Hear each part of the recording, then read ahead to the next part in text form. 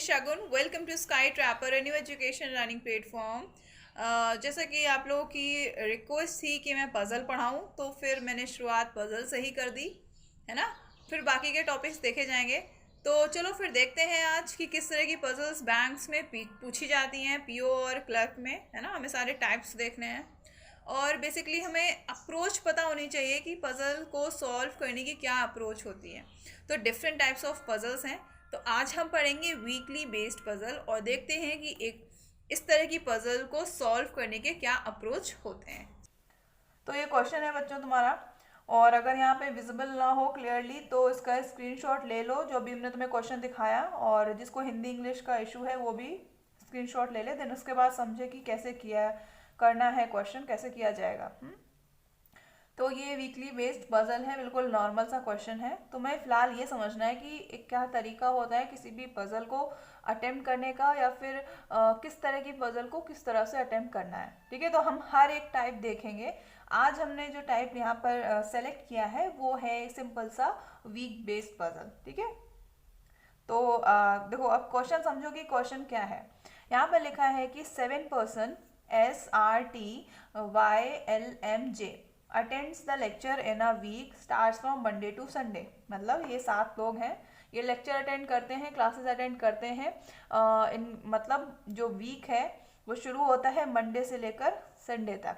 ठीक, but not necessarily in the same order. ज़रूरी नहीं है कि जिस ऑर्डर में ये मेंशन किए गए हैं ये इसी ऑर्डर में मंडे से लेकर संडे तक लेक्चर अटेंड करेंगे, है ना। पजल है, पजल का मतलब क्या, चीज़ें आगे पीछे दी होंगी और तुम्हें उन्हें मैनेज करना पड़ेगा, एक सिक्वेंशियल फॉर्म में कन्वर्ट करना पड़ेगा, एक ऑर्डर में बैठाना पड़ेगा। हम्म तो क्या करना है तुम्हें, सबसे पहले जब भी कोई मंथ बेस्ड पजल आती है या फिर कोई वीक बेस्ड पजल आती है ना, साप्ताहिक पजल आती है, तो तुम सबसे पहले कुछ मत करो, बस साइड में लिखना शुरू कर दो। मंडे शॉर्ट में लिखो, Tuesday, Wednesday, Thursday, Friday, Saturday और संडे। ठीक है, लिख लो। अब इनमें क्या होता है ना, इसको करने के, देखो जो थोड़े होशियार बच्चे हैं, मतलब कि होशियार तो तुम भी हो, कहने का मतलब ये है कि जो बच्चे एक्सपर्ट हो जाते हैं ना पजल सॉल्व करते करते, तो उनको ज़्यादा कुछ दिमाग लगाने की ज़रूरत नहीं पड़ती है। मतलब कि उन्हें ज़्यादा हिंट लिखने की ज़रूरत नहीं पड़ती, वो सिर्फ रीड करते हैं और करते चले जाते हैं, क्योंकि उनका एक्सपीरियंस हो चुका होता है, प्रैक्टिस हो चुकी होती है। लेकिन क्योंकि तुम अभी बिगनर हो, है ना, तुम्हें चीज़ों को समझना है कि कैसे अटेम्प्ट करनी है चीज़ें हमें, और एक सही तरीका अपनाना है किसी भी पजल को अटेम्प्ट करने का। ठीक, अब क्वेश्चन देखो, यहाँ पर लिखा है कि L attends the lecture after Thursday. L Thursday के बाद ही किसी दिन क्लास अटेंड करता है, तो थर्सडे के बाद यानी कि फ्राइडे को कर सकता है, सैटरडे को कर सकता है और संडे को कर सकता है। इसका मतलब क्या हुआ, 3 पॉसिबिलिटीज बन रही हैं। तो क्या तुम्हें दिक्कत है 3 पॉसिबिलिटी बनाने में? अगर हमने यहाँ पर एल को यहाँ पर पुट किया, ठीक है, और हमें क्लियर नहीं पता है कि हो सकता है सैटरडे को भी हो, तो हम एल को यहाँ पर भी रख सकते हैं। ठीक है, और हमें पता नहीं, क्या पता संडे को भी हो, तो हम एल को यहाँ पर भी रख सकते हैं। इतना करने में टाइम लगेगा? नहीं टाइम लगेगा। अगर टाइम हमें कई सारे केसेस बन रहे होते, ठीक है, मान लो ये 7 केसेस बन रहे होते, तो हम साइड में हमें लिखना पड़ता कि भैया एल थर्सडे के बाद इन इन दिनों में, शॉर्ट में हम लिख लेते कि लेक्चर अटेंड करता है। लेकिन क्योंकि हमें लिखने में कोई तकलीफ नहीं, तो हमने लिख लिया। अब आगे देखते हैं कि आगे क्या है। 2 person attends the lecture between L and J। मतलब L और J के बीच में 2 लोग हैं जो लेक्चर अटेंड करते हैं। ये देखो, ये तरीका होता है शॉर्ट में हिंट्स को लिखने का। चाहो तो लिख सकते हो, चाहो तो ना भी लिखो। लेकिन देखो हमें क्या अभी ये हिंट लिखने की यहाँ ज़रूरत थी कि नहीं थी, ये हमें इसके अकॉर्डिंग पता चलेगा। कैसे पता चलेगा? यहाँ पर लिखा है एल और जे के बीच में 2 लोग अटेंड कर रहे हैं क्लास, तो अगर एल यहाँ पर है, तो अगर हम नीचे साइड देखें तो 1 2 जे के लिए तो कोई वीक का दिन बचा ही नहीं। यहाँ पे देखें, यहाँ नीचे यहाँ भी नहीं बचा और यहाँ भी नहीं बचा। इसका मतलब ये श्योर हो गए हम कि जो जे आएगा वो ऊपर ही आएगा। 2 जगह छोड़ दो, 2 दिन छोड़ दो, 1 2, यहाँ पर भी 1 2, यहाँ पे जे आ गया। इसके अकॉर्डिंग देखें तो 1 2, यहाँ पर जे आ गया। तो क्या, अब तुम बताओ, क्या ये हिंट लिखने की ज़रूरत थी? नहीं थी। हम तुमको साइड में ये भी बताते जाएंगे कि हमें किस तरह की हिंट्स को लिखना है और किस तरह की हिंट्स को नहीं लिखना है। ठीक, अब उसके बाद क्या था, 3 person attend the lecture between S and Y। 3 लोग ऐसे हैं जो S और Y के बीच में क्लास अटेंड करते हैं। S और Y के बीच में 3 लोग हैं। अब देखो ये एक हिंट है।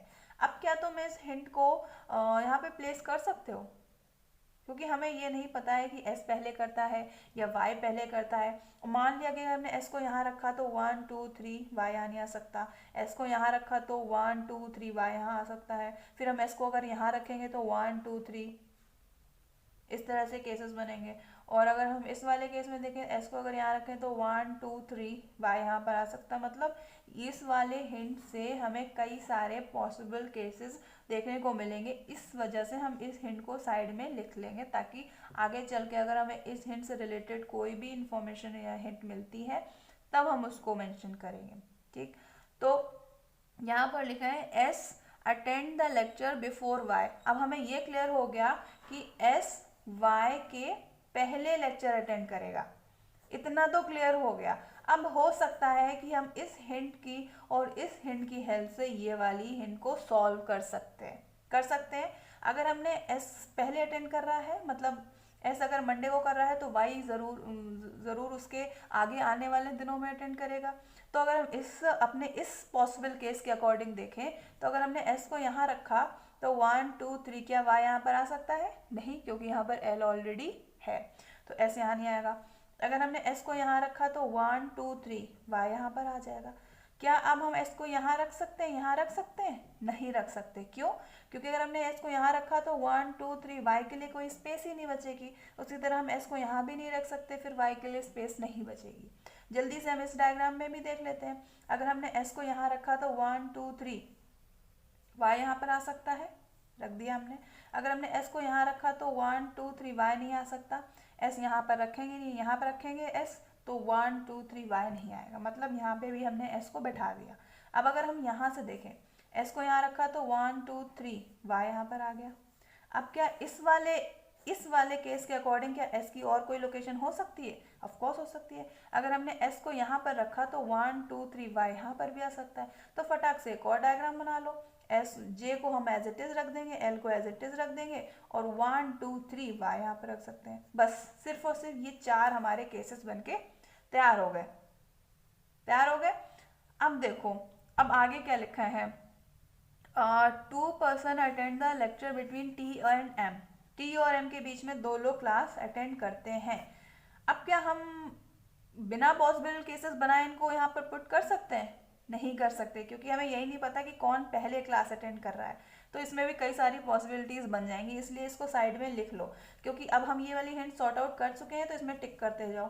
ठीक है, अब क्या लिखा है कि M attend the lecture after T. इतना क्लियर हो गया कि टी के बाद ही एम क्लास अटेंड करता है। और देखते हैं क्या और इसमें कोई इन्फॉर्मेशन जुड़ी है। फिर लिखा है T does not attempt on first day. बस अब ये क्लियर हो गया कि टी पहले दिन क्लास अटेंड नहीं कर सकता। इसका मतलब ये है कि अगर हम इस डायग्राम के अकॉर्डिंग देखें तो टी यहाँ पर नहीं आएगा, तो फिर टी के लिए एक यही जगह बचती है। तो हम 1 2 फिर एम नहीं बचा हमारे लिए। समझ रहे हो ना? अगर हम इस पॉसिबल केस के अकॉर्डिंग देखें तो अगर टी अगर हमारा यहाँ पर नहीं आ सकता, क्योंकि पहले दिन अटेंड ही नहीं कर रहा है, देखो लिखा है T does not attempt on first day. First day का मतलब मंडे। तो अगर टी यहाँ नहीं आएगा तो अगर हम टी को यहाँ पर रखेंगे तो 1 2 एम नहीं आ पा रहा है, तो मतलब टी यहाँ पर भी नहीं आएगा। यहाँ पर रखेंगे तो एम नहीं आएगा, इसका मतलब ये वाला पॉसिबल केस हमारा गलत हो गया। इसमें देखें तो यहाँ तो चलो ऐसा है, कोई दिक्कत नहीं। टी को अगर हम यहाँ रखेंगे तो 1 2 एम यहाँ नहीं आ पाएगा। टी को अगर हम यहाँ रखेंगे तो 1 2 एम यहाँ आ जाएगा। उसके अकॉर्डिंग फिर ये तो कंडीशन गलत ही हो गई। नहीं, अभी नहीं गलत हुई, यहाँ पर देखते हैं पहले। इसके अकॉर्डिंग अगर हम देखेंगे तो टी अगर हम यहाँ रखेंगे तो 1 2 एम नहीं आ पाएगा। टी अगर हम यहाँ रखेंगे तो 1 2 एम यहाँ पर आ जाएगा। ठीक है, और इसके अकॉर्डिंग देखा, टी रखा तो 1 2 एम नहीं आएगा, टी यहाँ रखा 1 2 एम नहीं आएगा, टी यहाँ रखा, तो मतलब ये भी केस हमारा क्या हो गया? गलत हो गया। ठीक है, अब देखो टी और एम वाला। अब आखिरी लाइन क्या है? M does not attend the lecture after T.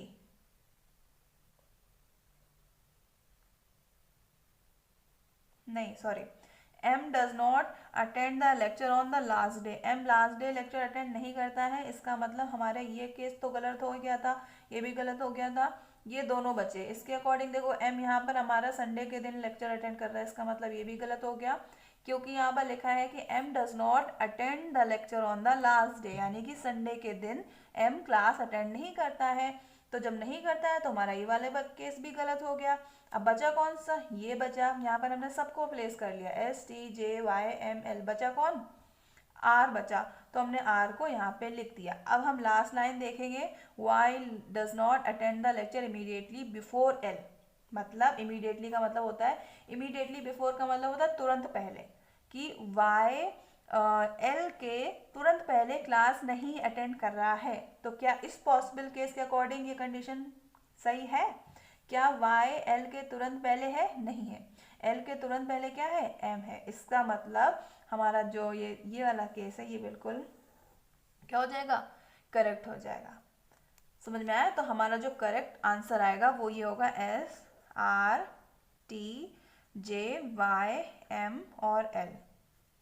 ठीक है, मंडे को एस करता है, ट्यूसडे को आर करता है, वेडनेसडे को टी, थर्सडे को जे, फ्राइडे को वाई, सैटरडे को एम और संडे को एल।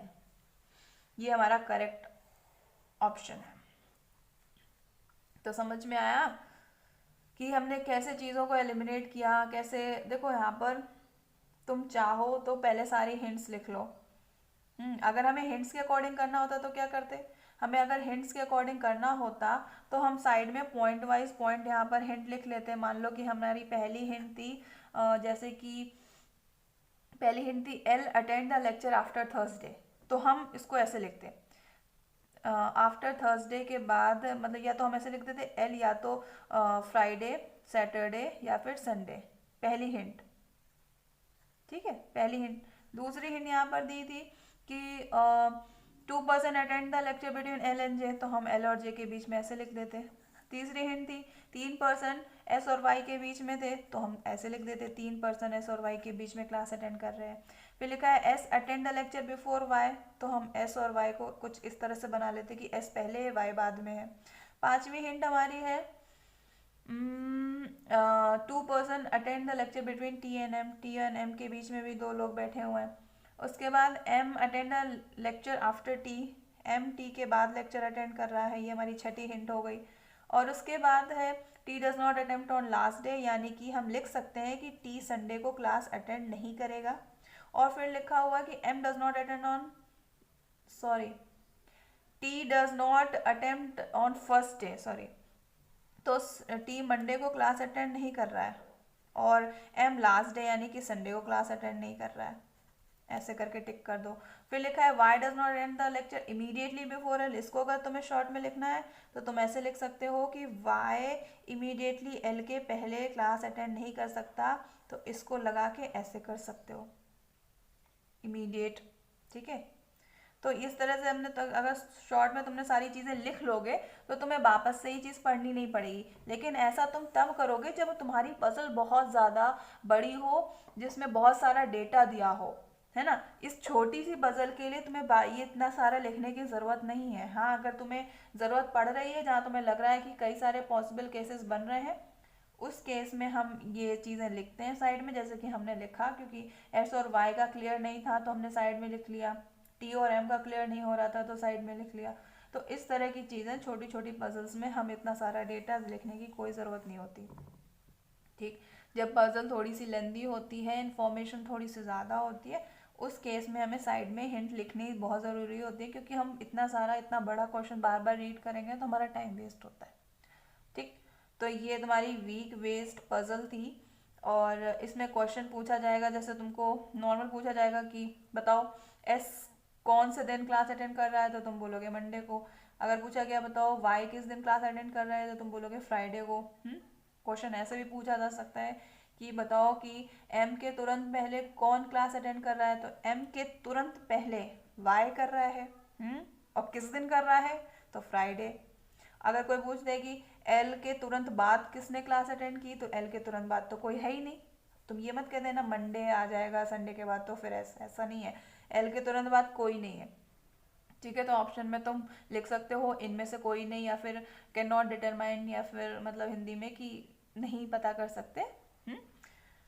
और अगर पूछता है कि बताओ एस और जे के बीच में कितने लोग क्लास अटेंड कर रहे हैं, तो एस और जे के बीच में 2 लोग अटेंड कर रहे हैं। अगर पूछा कि जे के एस और जे के एग्जैक्ट मिडल में कौन है, एग्जैक्ट मिडल का मतलब बिल्कुल बीचों बीच कौन है, तो कोई नहीं है, क्योंकि एस और आर तो फिर दोनों ही कंसीडर किए जाएंगे, है ना क्या। तो एक बार पजल सॉल्व हो जाने के बाद तो फिर क्वेश्चन तो इजीली हो ही जाते हैं। तो जितनी भी अब तुमको वीक बेस्ड पजल दिखे हैं, जैसे मंडे टू संडे का डेटा दिया हो, प्री बेस्ड, ये क्वेश्चन आईबीपीएस या फिर किसी भी बैंक के प्री एग्जाम का लेवल है, ये पीओ का लेवल है। ठीक है, इससे टफ क्वेश्चन नहीं होता है प्री का। तो इस तरह के जितने भी क्वेश्चन तुमको मिले उसकी प्रैक्टिस करो। देन उसके बाद हम एक थोड़ा सा नेक्स्ट लेवल बताएंगे, मतलब कि दूसरी टाइप की पजल बताएंगे कि उसको किस तरह से अटेम्प्ट करना है।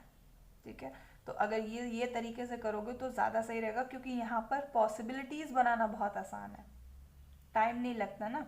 और फिर जब लगे कि ये हमारी पॉसिबिलिटीज़ कंडीशन फुलफिल नहीं हो रही, तो हम उसको ईजिली एलिमिनेट कर सकते हैं।